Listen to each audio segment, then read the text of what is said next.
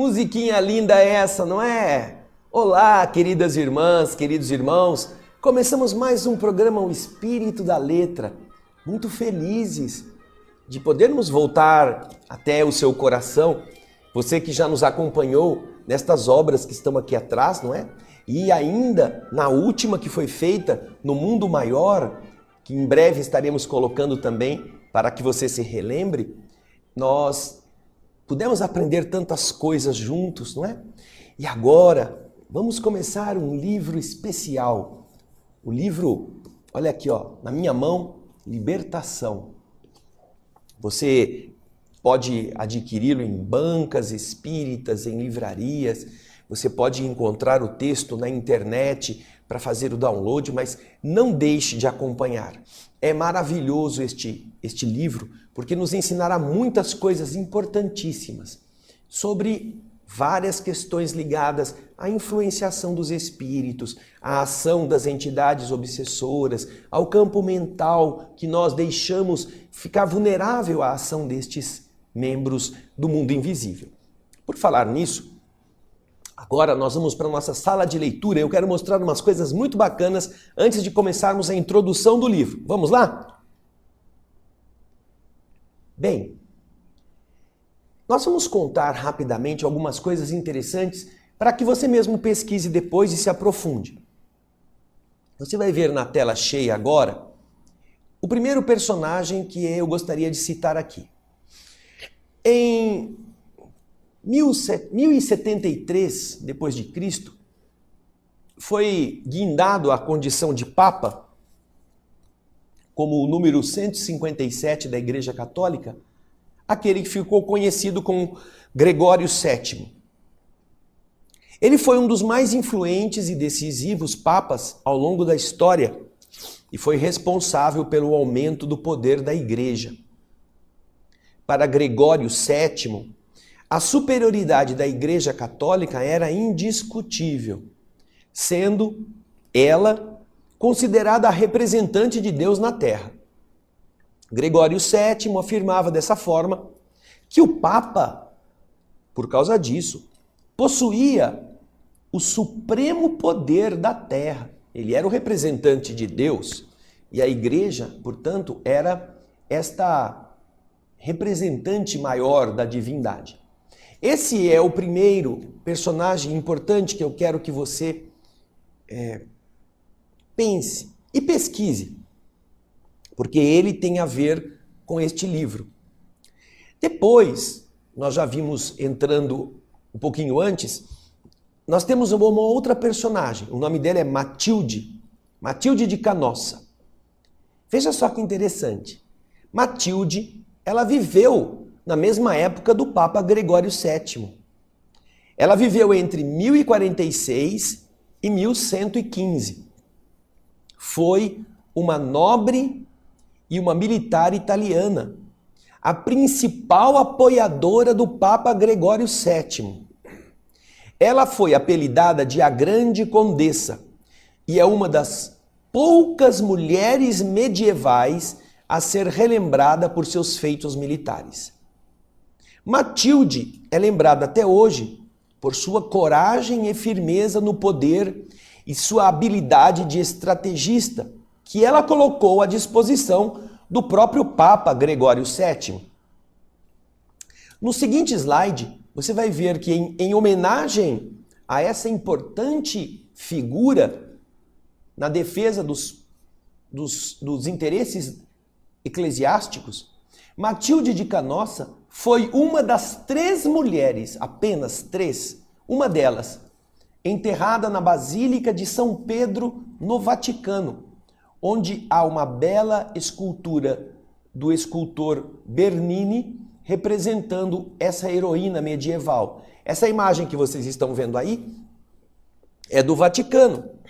Os que visitarem a Basílica de São Pedro vão ver a representação desse grande artista, esse escultor Bernini, colocada sobre o ataúde onde estão os restos mortais de Matilde de Canossa.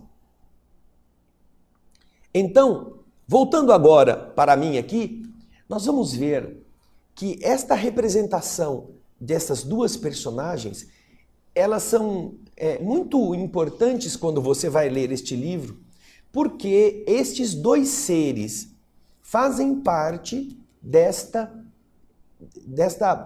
epopeia que é relatada por André Luiz em 1949, referindo-se a espíritos que estiveram conosco quase 1000 anos antes, vivendo na Terra, de tal forma que são identificados aqui por esse mesmo tipo de nomes que eles viveram, e eles se relacionam entre si, recordando-se da etapa em que viveram na Terra com estas personalidades.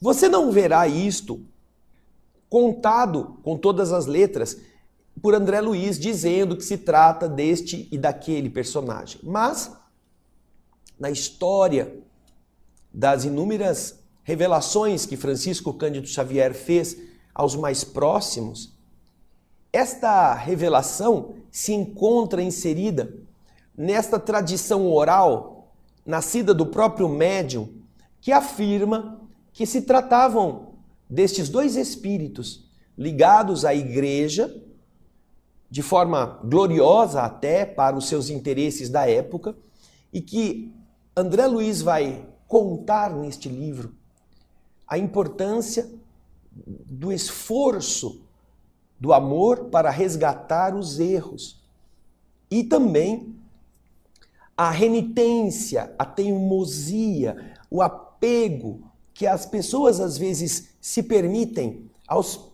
defeitos, aos impulsos de mando, de poder e à ação de desejar fazer as coisas de acordo com o seu interesse.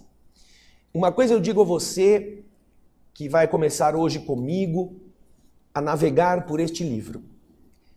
Eu digo a você sem nenhum medo de estar errado.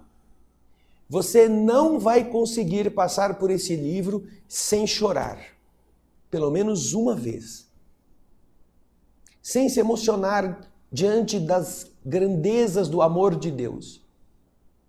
Não estaremos aqui nos apegando à figura papal. Não é porque ele foi um papa que o livro está vinculado a uma demonização da igreja. Não tem nada de igreja. Ao contrário, nós vamos ver coisas lindas ligadas à igreja aqui, como uma referência nobre que os espíritos superiores fazem aos cultos religiosos em geral.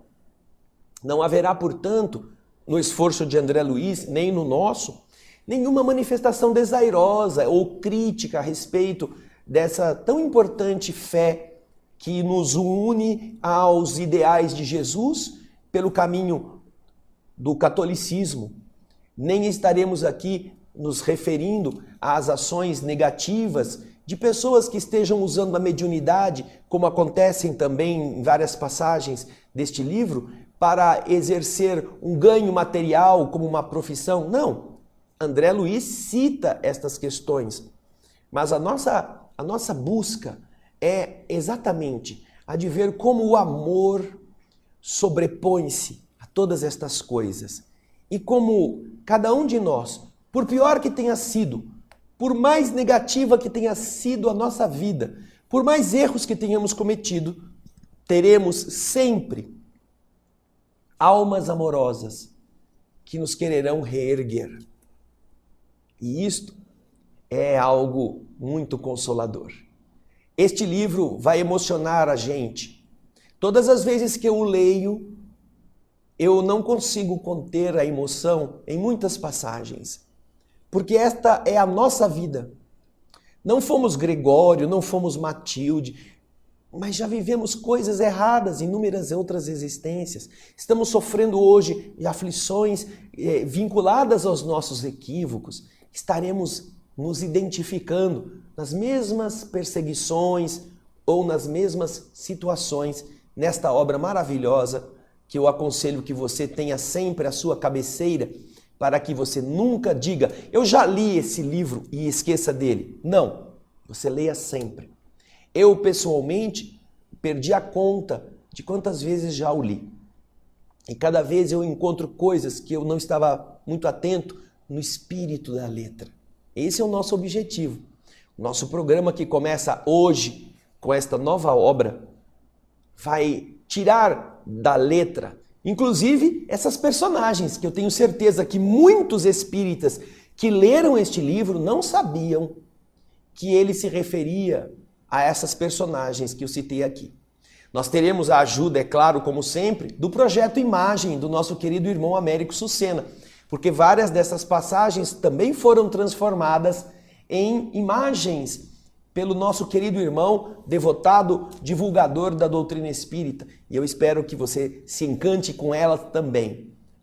Agora nós vamos para o nosso primeiro intervalo e na volta vamos ingressar no nosso conteúdo. Vamos pegar a introdução que conta uma historinha muito bacana, que tem a ver com Platão. Platão, o filósofo lá do século IV a.C. Vamos esperar para, no bloco seguinte, darmos início. Eu aguardo você. Até já.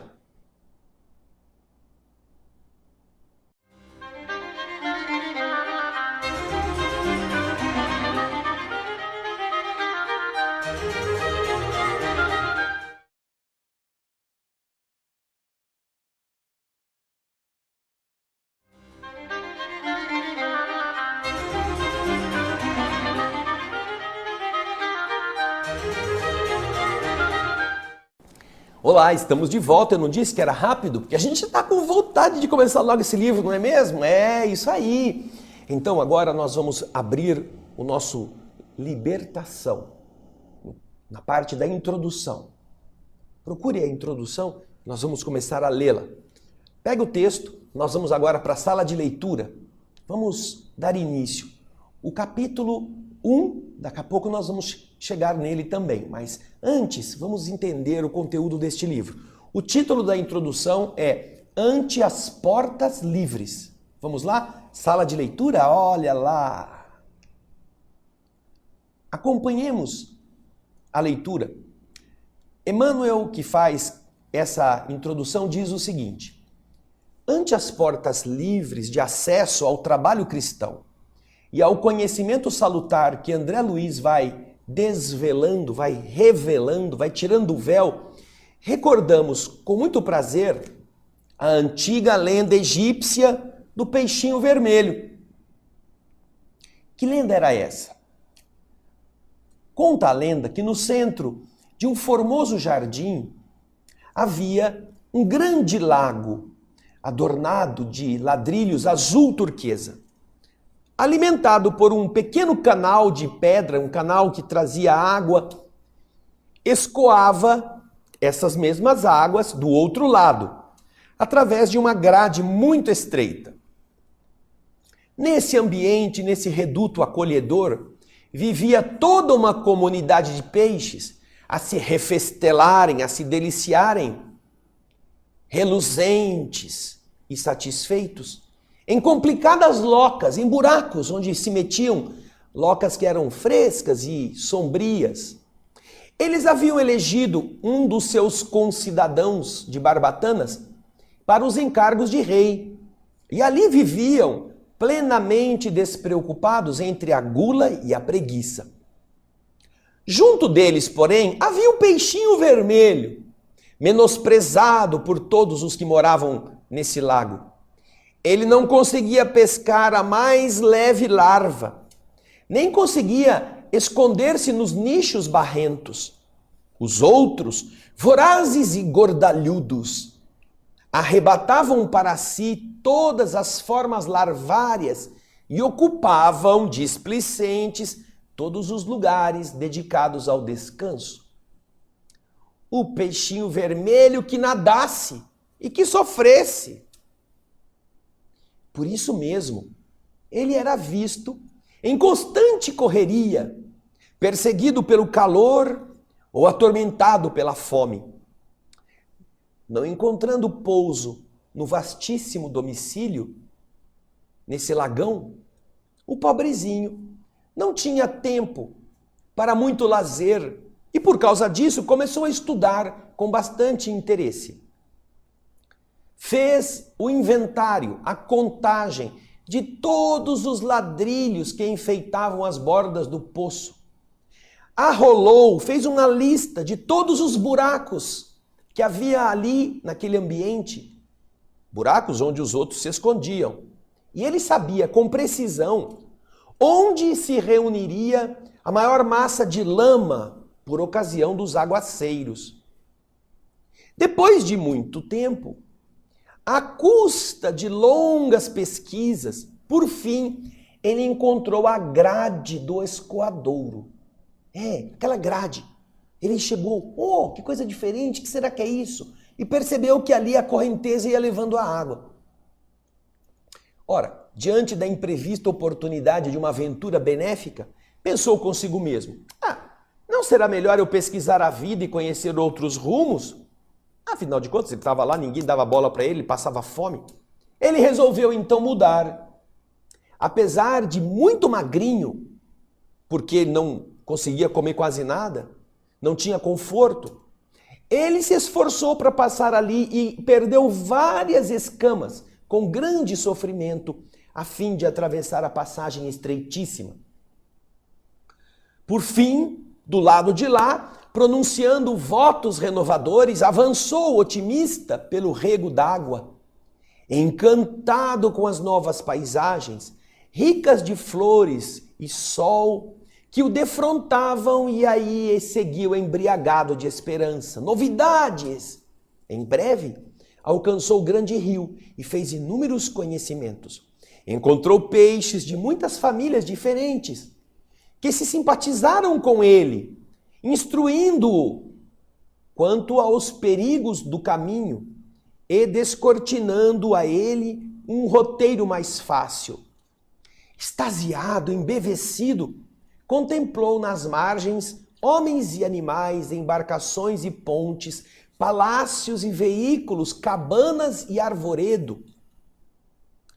Habituado com o pouco no lago em que ele morava antes, ele vivia com extrema simplicidade, jamais perdendo a leveza e a agilidade naturais. Desse modo, conseguiu atingir o oceano, ébrio, encantado pelas novidades, sedento por estudar.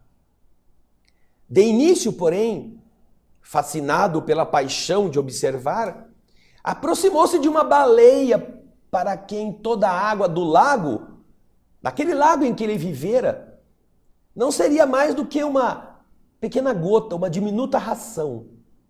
Impressionado com o espetáculo, imagina um peixinho vermelho vendo uma baleia. Abeirou-se dela mais do que devia e foi engolido com os elementos que constituíam a sua primeira refeição diária. Lá dentro da baleia, o peixinho aflito orou ao Deus dos peixes, rogando proteção na barriga do monstro. E não obstante as trevas em que pedia a sua salvação, sua prece foi ouvida.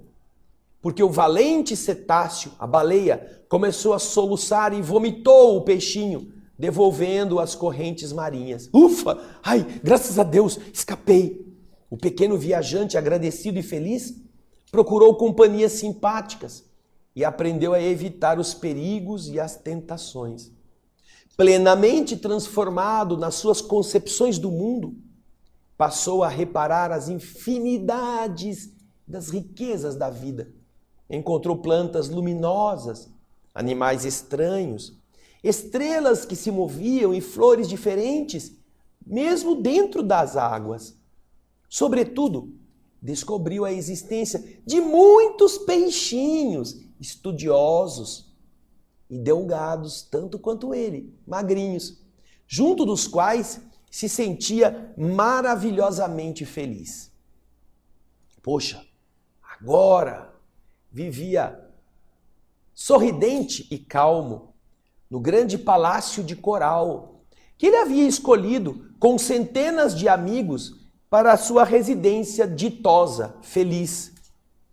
Quando então, ao se referir ao seu começo trabalhoso, veio a saber que somente no mar as criaturas aquáticas dispunham de mais sólida garantia, uma vez que, quando chega a seca, quando a seca se fizesse mais difícil e arrasadora, as águas das outras altitudes continuariam a correr para o oceano. O oceano nunca secaria.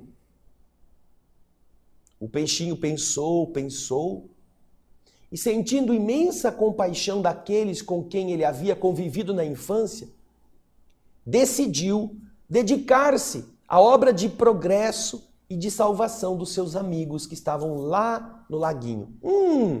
Que interessante. Veja só, ele estava lá, ninguém dava bola para ele, todos achavam que era o centro do mundo. Aí ele passou pela fresta, perdeu umas escamas, ficou meio machucadinho, mas saiu e começou a descobrir um mundo totalmente diferente. Chegou no oceano, saindo do regato, caindo no riacho, do riacho caindo no rio, do rio desaguando no mar. E ali aprendeu coisas que ele nunca tinha imaginado. Imagina um peixe percebeu que existia ponte, existiam outros animais, existiam flores, existiam árvores, existiam outras pedras, corredeiras, tudo novidade.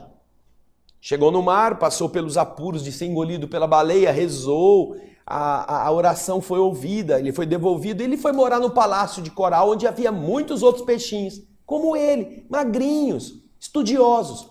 E ele ficou sabendo, na conversa, que todos estavam muito felizes, porque podia secar tudo, podia dar o maior calor, que ainda assim o mar nunca secaria.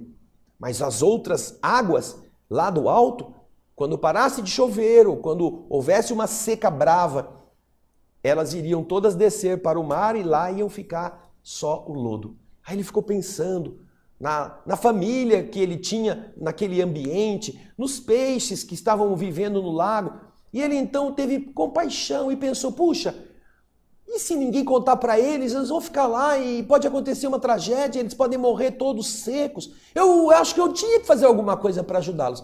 Quantas vezes a gente não pensa, não é? Puxa, eu descobri tanta coisa boa, eu queria tanto que meus parentes soubessem dessas coisas. Eu vou contar tudo isso para eles, eu vou explicar como funciona. Eu vou dizer a eles como isso é importante para a gente saber e eles também terem a chance que eu estou tendo. Amor. Amor que nós temos em espalhar boas coisas para aqueles que nós gostamos e até mesmo para pessoas que não nos conhecem, mas que a gente acha que poderiam se sentir melhor. Que bonito, não é? É uma historinha muito legal, mas ainda não acaba aí não. Nós vamos fazer um breve intervalo e na volta nós vamos ver o que o peixinho vermelho resolveu fazer com os amigos que tinham ficado lá no lago, de onde ele tinha saído. É muito rápido, daqui a pouco a gente volta.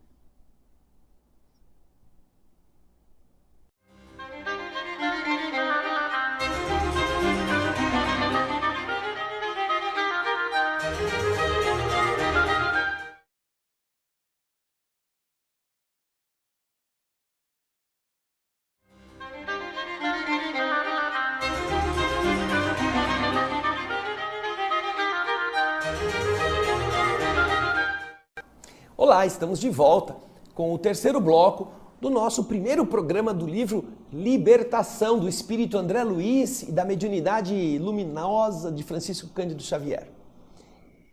Estamos já comentando a introdução e vimos que no bloco passado, o pobre do peixinho vermelho, agora descobrindo todo o mundo oceânico, pensou, puxa vida, eu deixei meus amigos todos lá naquele lago e agora eu descobri tudo isso.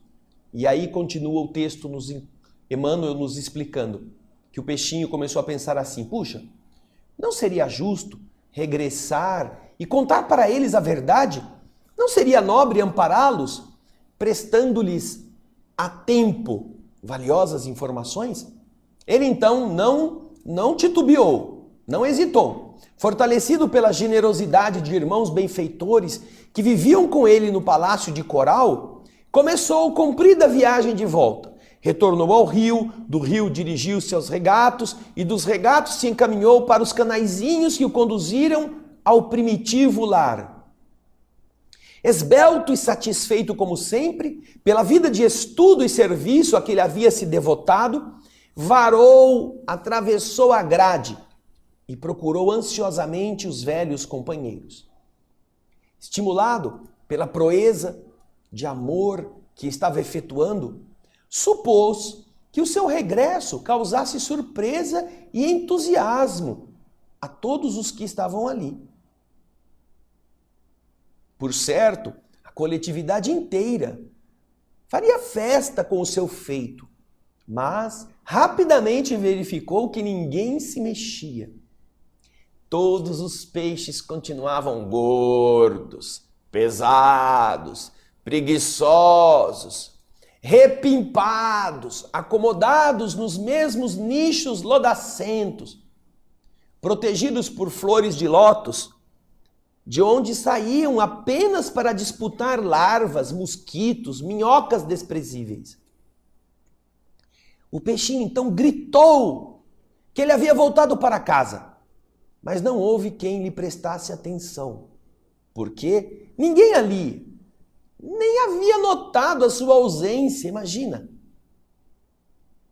Então, ridicularizado, procurou o rei do lago, aquele de guelras enormes, e comunicou a ele a reveladora aventura. O soberano, algo entorpecido pela mania de grandeza, assim, né, hipnotizado, eu sou bom, eu sou o rei do lago, reuniu o povo e permitiu que o mensageiro, o peixinho vermelho, explicasse. Então, esse peixinho, que era um benfeitor desprezado, valendo-se da oportunidade, esclareceu com todas as ênfases que havia um outro mundo líquido, glorioso e sem fim, que aquele poço onde eles todos nadavam era uma insignificância que podia desaparecer de um momento para outro, que além daquela fresta, daquele escoadouro, existia outra vida, outra experiência. Lá fora corriam regatos ornados de flores, rios caudalosos, repletos de seres diferentes e, por fim, o oceano, o mar, onde a vida aparece cada vez mais rica e mais surpreendente. Descreveu o serviço de tainhas e salmões, de trutas e esqualos, que é um tipo de peixe da família do cação. Deu notícias do peixe-lua, do peixe-coelho, do galo do mar. Contou que vira o céu repleto de astros sublimes e que descobrira árvores gigantescas, barcos imensos, cidades praieiras, monstros temíveis, jardins submersos, estrelas do oceano, e se ofereceu para conduzir todos eles ao palácio de coral, onde viveriam eles todos prósperos e tranquilos. Finalmente, disse a todos de que essa felicidade, porém, tinha o seu preço. Todos deveriam emagrecer convenientemente, abstendo-se de devorar tanta larva e tanto verme nas locas escuras e aprendendo a trabalhar e estudar tanto quanto era necessário a realizarem essa venturosa jornada. Assim que terminou, gargalhadas estridentes coroaram a sua preleção. Ninguém acreditou nele. Alguns oradores tomaram a palavra e afirmaram solenes, pomposos, que o peixinho vermelho delirava, que outra vida além do poço era francamente impossível, que aquela história de riachos, rios e oceanos era mera fantasia de um cérebro demente. E alguns chegaram a declarar que falavam em nome do Deus dos peixes, que trazia os olhos voltados para eles unicamente. O soberano da comunidade, para melhor ironizar, para melhor gozar com a cara do peixinho, dirigiu-se com ele até a grade de escoamento e, tentando de longe a travessia, exclamou borbulhante: "Você não vê que não cabe aqui nenhuma só das minhas barbatanas?" "Ó, grande tolo", disse para o peixinho, "vai-te daqui, Não nos perturbes o bem-estar. Nosso lago é o centro do universo. Ninguém possui vida igual a nossa. Expulso a golpes de gozação, de sarcasmo, o peixinho realizou a viagem de volta ao oceano e instalou-se para sempre no Palácio de Coral, aguardando o tempo. Depois de alguns anos, apareceu pavorosa e devastadora seca.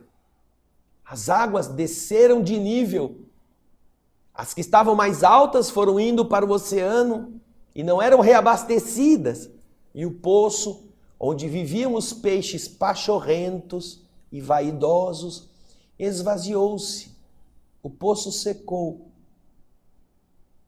obrigando a comunidade inteira, aquela que havia gozado com a cara do peixinho, a morrer atolada na lama.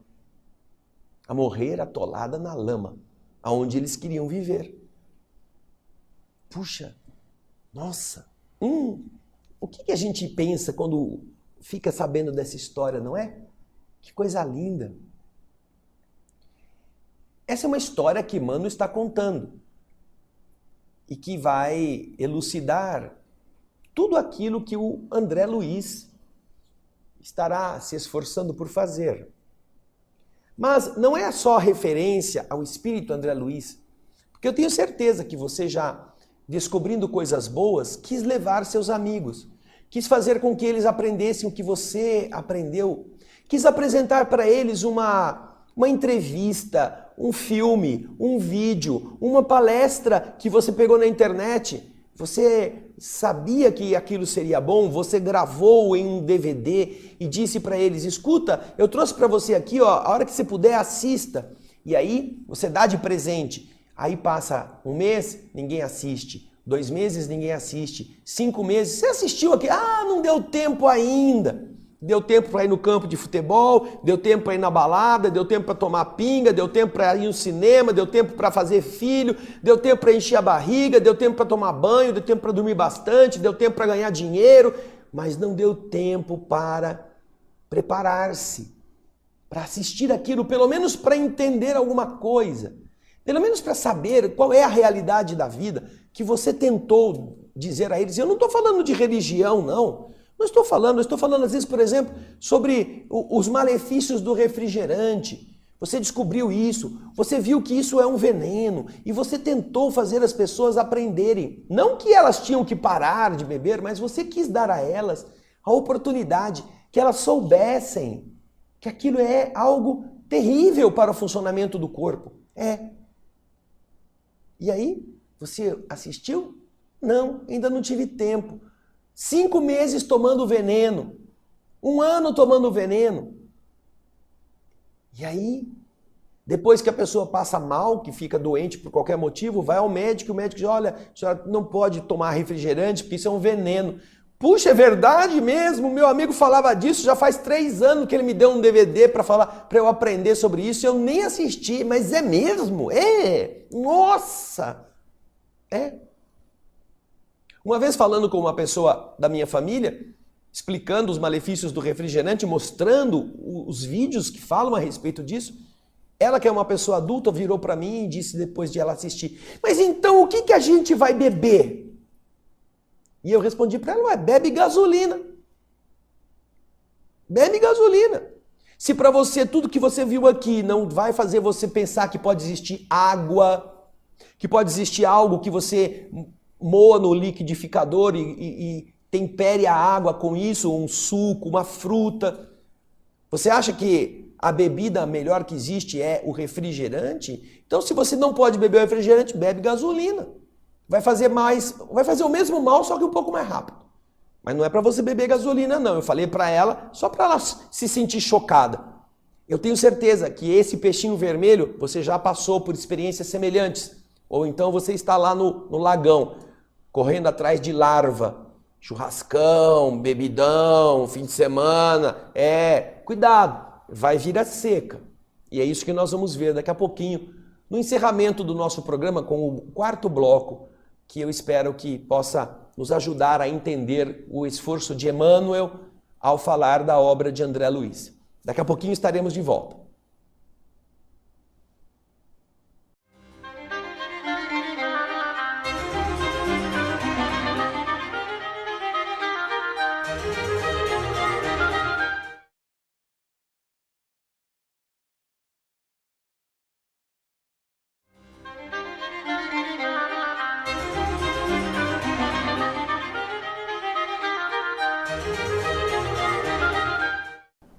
Olá, estamos de volta aqui na nossa sala de leitura com o término da introdução do livro Libertação. Vamos ao texto para terminarmos o que Emmanuel está nos dizendo. Diz o nosso querido benfeitor: o esforço de André Luiz buscando acender luz nas trevas é semelhante à missão do peixinho vermelho.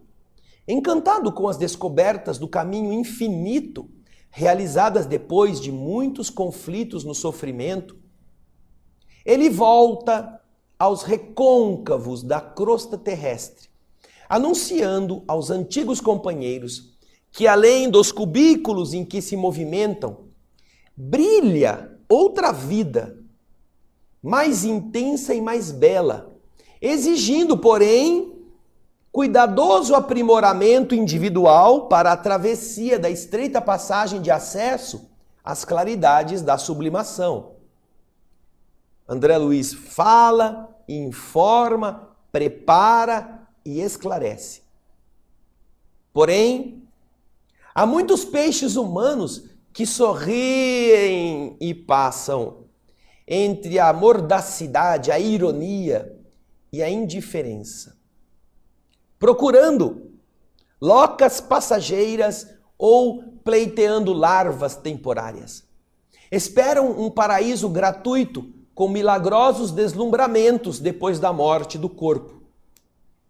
Mas, sem André Luiz e sem nós, humildes servidores de boa vontade, para todos os caminheiros da vida humana, pronunciou o pastor divino, o divino mestre, as indeléveis, as imortais palavras: a cada um será dado de acordo com as suas obras. Esta é a introdução que o Espírito Emmanuel faz em 22 de fevereiro de 1949, quando este livro, por fim, foi colocado para o conhecimento de todos nós. É um chamamento ao que somos, não é mesmo? Mas veja só que interessante. Se voltarmos no tempo, vamos encontrar um filósofo grego. Este que você vai ver na tela agora. Platão. Platão escreveu muitas coisas. E entre elas, uma das mais interessantes é conhecida como o mito da caverna. Este mito da caverna está contido no diálogo. É um diálogo contido no livro A República. A República deste autor, Platão. Platão nasceu em 427 a.C. e morreu em 347 também a.C. Viveu bastante. Ele viveu quase 80 anos. E no que consiste o mito da caverna? Nós vamos mostrar para você essa imagem do mito da caverna em tela cheia. Veja só. Olha que interessante. Existe uma caverna debaixo da terra. Essa caverna tem uma fogueira na sua entrada. E você vê que, agora no detalhe do lado esquerdo, você vê homens sentados, algemados no chão, atrás de uma parede. Vejam aí. Estes homens estão vendo a claridade lá na parede da caverna. Eles estão vendo as imagens que passam e acham que o mundo é aquilo, aquelas sombras. Esses são os peixes dentro do lago, comendo as larvas, vivendo do lodo, nadando naquele mundo que eles pensam que é o deles. Essa primeira imagem corresponde ao lago. Depois Platão fala que essas imagens, na verdade, elas são a expressão de uma realidade mais perfeita, que você vai ver que está ali, né, projetado pela luz da fogueira. Observem que atrás do muro, sem que os escravos saibam, existem criaturas encapuzadas. Elas estão andando com as imagens reais, produzindo a ilusão nos escravos.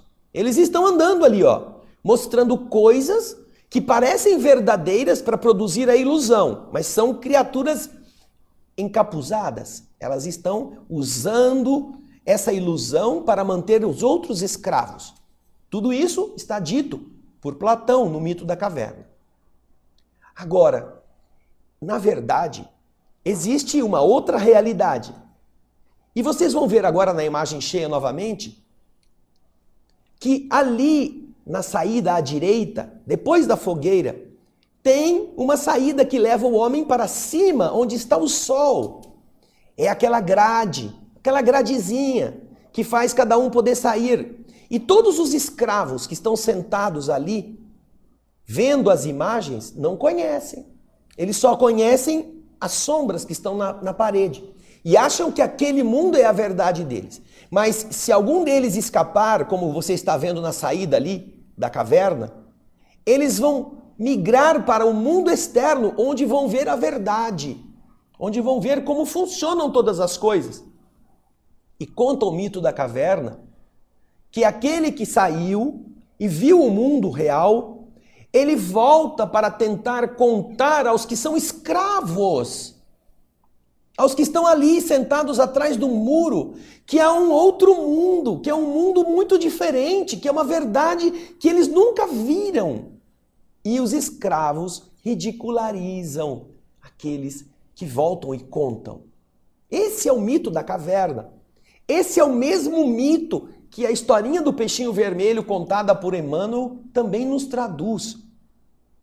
Um mito de mais de 2000 anos, falando sobre a ilusão em que vivemos, seja no mundo da matéria, porque nos deixamos levar pelas sombras, pelas tentações que a televisão coloca, pelos valores materiais que seduzem nossos interesses, seja em decorrência de não querermos ver a verdade do mundo real, de não querermos viver de acordo com o mundo dos espíritos.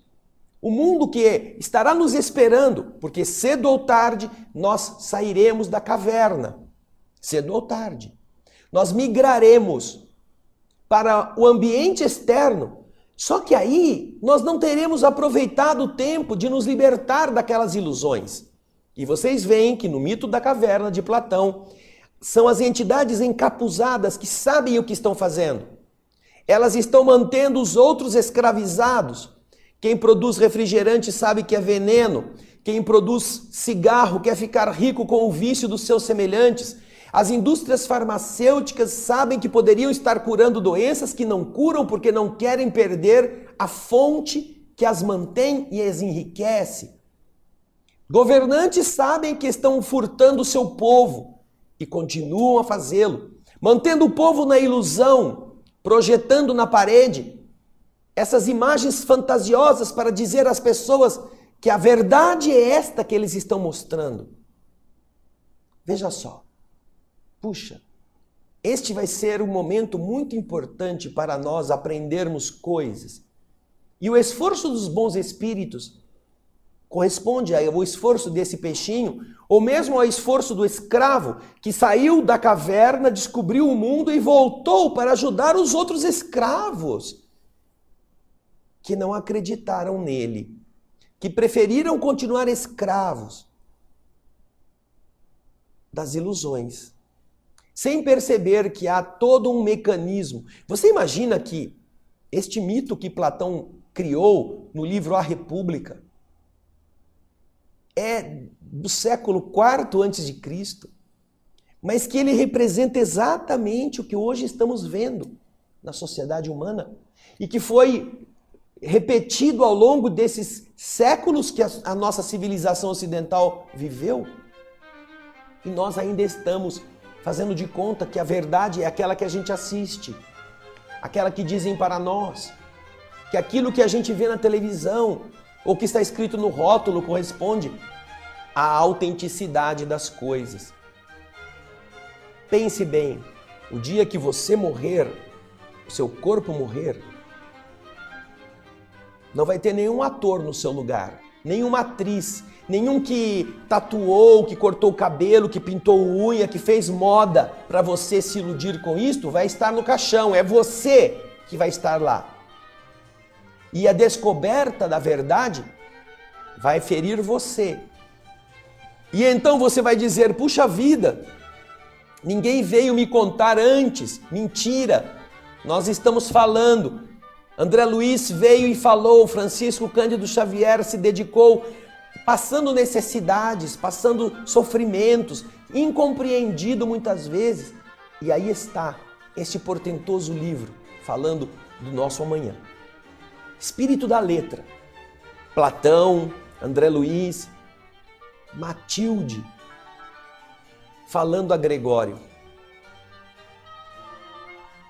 Vamos olhar para a vida e nos libertar. Por isso que se chama libertação. Vamos nos libertar da ignorância achando que aquilo que a gente vê é a verdade, apenas aquilo que a gente vê.